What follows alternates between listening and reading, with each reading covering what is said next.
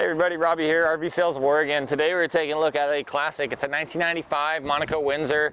Back in this vintage when they were making these things, they're just making them a lot better than you're going to see present day with quality materials. But this unit here is a 32-foot diesel pusher. It's got a Cummins motor. It's a 5.9 Cummins paired with an Allison transmission on a, this is a Monaco, so it'd be a Spartan chassis in 1995.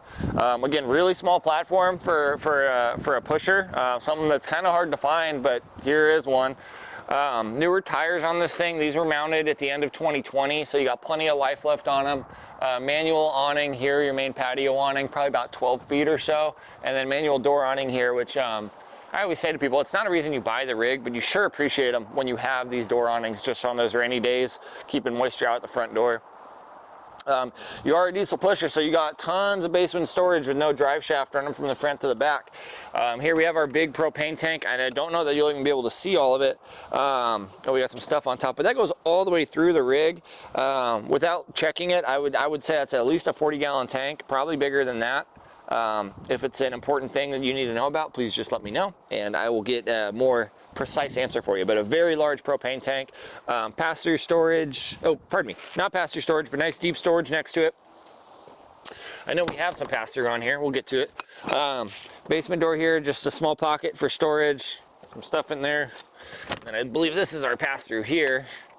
Yes sir, so you see a big open basement, goes all the way through. You have some power outlets in here if you're hooking something up for the patio, or you just want to keep something powered in there. You have ports so you can run cables out, or cables out, so you don't have to leave the door open if you are running power from there. Nice lights in there, and it is a heated basement. This guy, I don't think there's much to show in here. We'll go quicker. Okay, so actually I'm happy I opened this one. So this is just a holding tank here for your fresh water, your water pump. Nothing much to speak of there. This is a valve manifold, super duper handy. Another one of those things that maybe you don't think about during the purchase, but when you own it, this will be your best friend at least once. What this is let's say, for example, you have a leak on the cold water valve in your kitchen sink.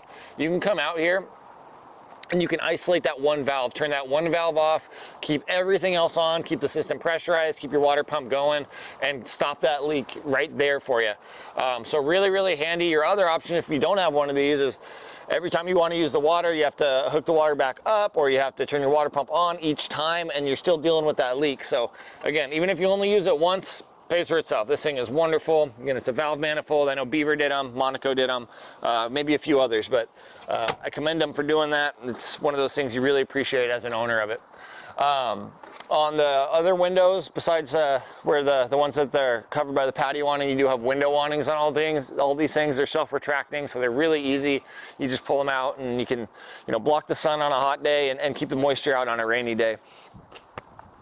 Another neat thing, this is actually the first I've seen on a rig this short, is a side-mounted generator. So you have direct access to your motor here, your 5.9 Cummins inline 6. Well, let's open it up. I mean, first off, really clean engine bay, especially for its age. I mean, even for something that's a couple years old, incredibly clean engine bay.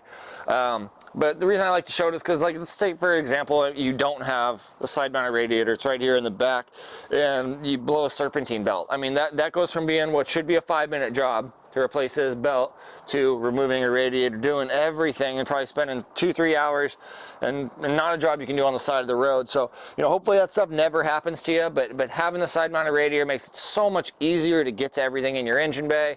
I really think that's a good way to go, is to go with a side-mounted radiator. They also cool the rig a little bit better, get a little bit more airflow there.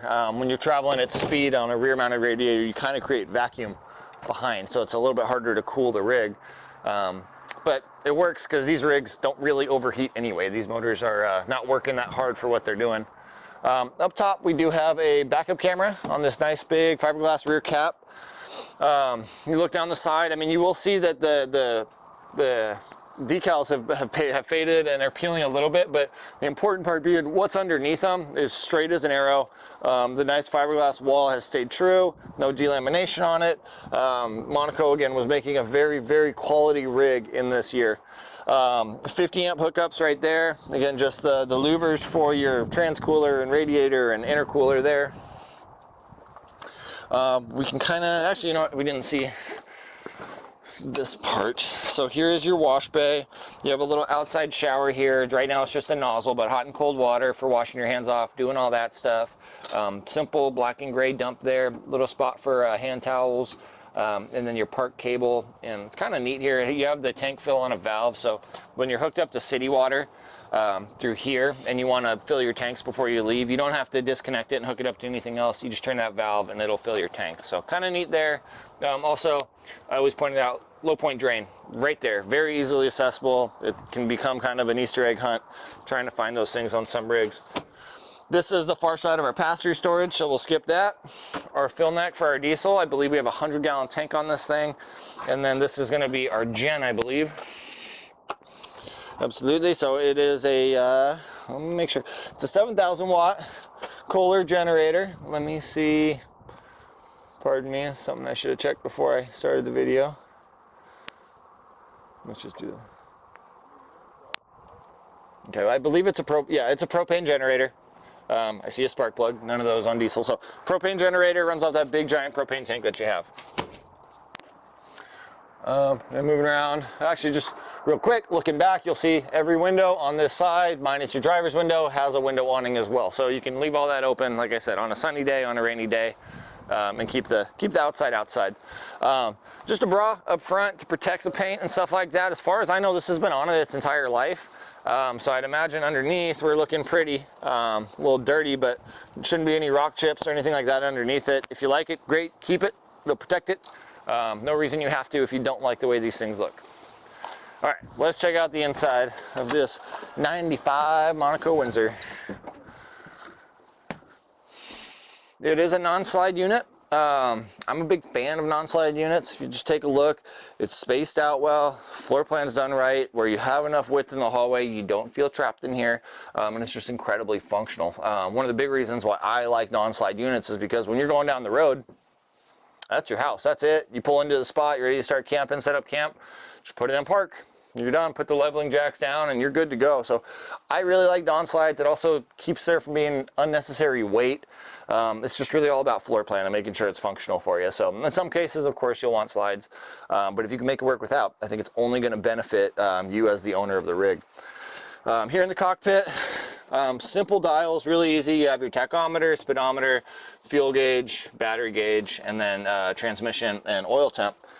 Oil pressure and transmission, and radiator temp, excuse me. You do have an updated backup camera here. This is not the original, it's an updated monitor, so it's going to be a little bit more clear than the one they gave you at 95. As I mentioned, you're an Allison transmission. This is a 6-speed transmission, Allison 2500. You have the defroster fan switches here. That's right up for there for the big fogged up windows. You have heated and powered mirrors, and then you have not automatic leveling jacks, but you have powered leveling jacks. So you are still setting it at level manually, but you're not cranking anything. It's all powered. You're just pressing a button. So nice there. We do have air suspension on this thing because you're a Spartan chassis, and you are full air brakes. I don't know if you can hear that in the video, but you are full air brakes, and you do have an air horn. I don't think it's going to go. Nope. Okay. Full air horn, and then tilt and telescoping wheel here, so you can get yourself really comfortable, and you have like a 6-way adjustable seat here. It's all powered. You do have transmission temp. This is going to be your air pressure for reading your bags and your brakes, so important to keep an eye on that, especially if you're not familiar. Please ask a question, and we'll tell you exactly how these work. And turbo boost, you know, it's kind of just fun to know how much boost you're making, to be honest. Things have been updated, and it's also been left fairly original in some places too. Like, it still has your cassette deck here, which some people might be able to find a good function for it. So we'll leave it in as long as you want us to, but there's a cassette deck in here that's original. I believe this was added after the fact. I can't say for sure, but this is a 6 CD changer. Sirius XM radio. You can start your gen from here. You also have a few places you can start it from in the house, and actually at the generator itself you can start it there. Super fun. You have a spotlight on the roof. I don't know, you think of a reason to use it, I can think of a few, but fun to have. So you have a remotely controlled spotlight here that'll do flood or a spotlight, so you can, I don't know, whether it's animals or you're just messing with somebody and you want to flash the light on them, or you're just curious what's out there. You can see it with the spotlight when you're at camp. Kind of fun. I think you'll have fun with it. I know I'd have fun with it. And then the rest of the stuff is just auxiliary start. It's a battery boost. Basically, you can jump your own rig with that. Yeah, I think that's enough for the cockpit. Let's move on. Both of these chairs, passenger and driver, do swivel around to make for more seating space when you're at camp, so you're not wasting space in the cockpit for the house. This chair is mounted down and is an automotive chair. Super handy, especially if you've got like a little one with you that you need in a car seat or something like that, or just someone you want buckled in. So nice to have. Also not permanent. If you don't want it here, it's just a few bolts, you can take it out and put something else in that space. So it doesn't have to be what it is, but if this is what you want, right on. We don't have to change anything, it's ready to go. We have a scissor bed here, so this guy will fold out just like so to get nice and flat for you. It makes for a good sleeper. I mean, I'm about 6'3" in my wingspan, and that's about the length of the couch. So you have a nice sleeper there. I'm not sure why my chairs are in the closet for it. I couldn't tell you why, but the chairs are folding chairs so they can get out of the way when you don't want them. And you do have a nice little leaf here to extend if you need to seat 4 more comfortably. Solid surface counters, again, 95, they were using really good materials, hence, you know, all the solid oak cabinet faces, and just overall construction of these things is better than what you'll see current day. But actually not a drop-in sink. It is built into the countertop there, so less likely to ever leak on you or anything like that. And again, just a really good quality material. Microwave convection oven here with the hood fan and light underneath it, and a 3-burner propane stove done by Atwood. Easy controls, water heaters right here, and microwave right here, just so you're not drawing power on that. I think it's kind of handy. They don't put these switches in them anymore, but I still think they should. But yeah, just overall good storage. You know, this rig was loved. You know, it was used as they're supposed to be.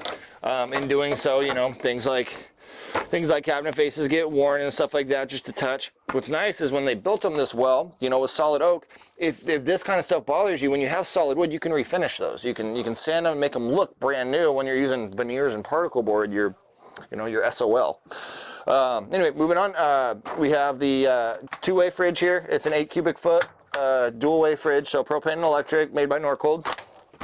Oh, I have to point out, on the ground, real tile on the ground. Again, just the more you look into these things, the more you see quality materials. This is our thermostat, or pardon me, our thermostat control, whatever it is, the climate control. So you have a propane furnace, and then on the roof you have roof air, AC, and those actually have heat pumps too. So you have electric heat as well as propane heat, which can be really nice. You know, if you're boondocking, you want propane. If you're hooked up to power, why burn propane when you can use their electricity? Another nice thing about the oh my goodness, electric heat is they actually dehumidify as they're heating up, where furnaces kind of introduce moisture. So, you know, being in Oregon, if you're going to keep the rig in Oregon, nice to have a way to kind of dehumidify the rig as you're using it. You won't have steamy windows and things like that when you wake up. Nice big closet here. There's the folding chairs. I wasn't lying to you. I'll put those out after the video, I guess, because why not? And then 4 built-in cabinets down below. You do have privacy doors on both ends of the bathroom here, so if one of you is using it, you can use this all as like an open space and have privacy. Good sized shower. There's stuff in there. I apologize, we didn't get everything out of here yet, but to give you a relative space, again, I'm about 6'3" with my boots on. I can stand up straight, I can get my arms up side to side. Awesome. Good enclosure, all glass enclosure, not plastic. And then that solid surface counter carries on into the bathroom, so you have a nice vanity countertop there, good storage in that corner, and then a porcelain potty up on a step, so it's a nice height, simple step toilet. That's what you want. Keep it simple. It's one of those things you don't want to over-engineer. Walk around queen bed in the rear. I believe it is an RV queen, so it's a slightly shorter one to give you this walking space here, but more than enough length for the majority of us. You can start the generator from the rear, as I mentioned up front, and then it's dual air, so you have 2 AC units, so you can control back from back here if maybe you want it colder in the bedroom or warmer in the bedroom. You can do that. Good storage on either side of the bed, and you do have power outlets on either side of the bed, so if you're using a CPAP machine or anything like that that needs power when you're laying down, you don't have to fight over each side of the bed. You both have power hookups. Good storage up above, over there. This is our breaker box. So not, I guess not that good of storage right there, but pretty decent storage over there and on the far side as well. If you turn and look that way, you'll see it was set up for an old tube TV. It was 95.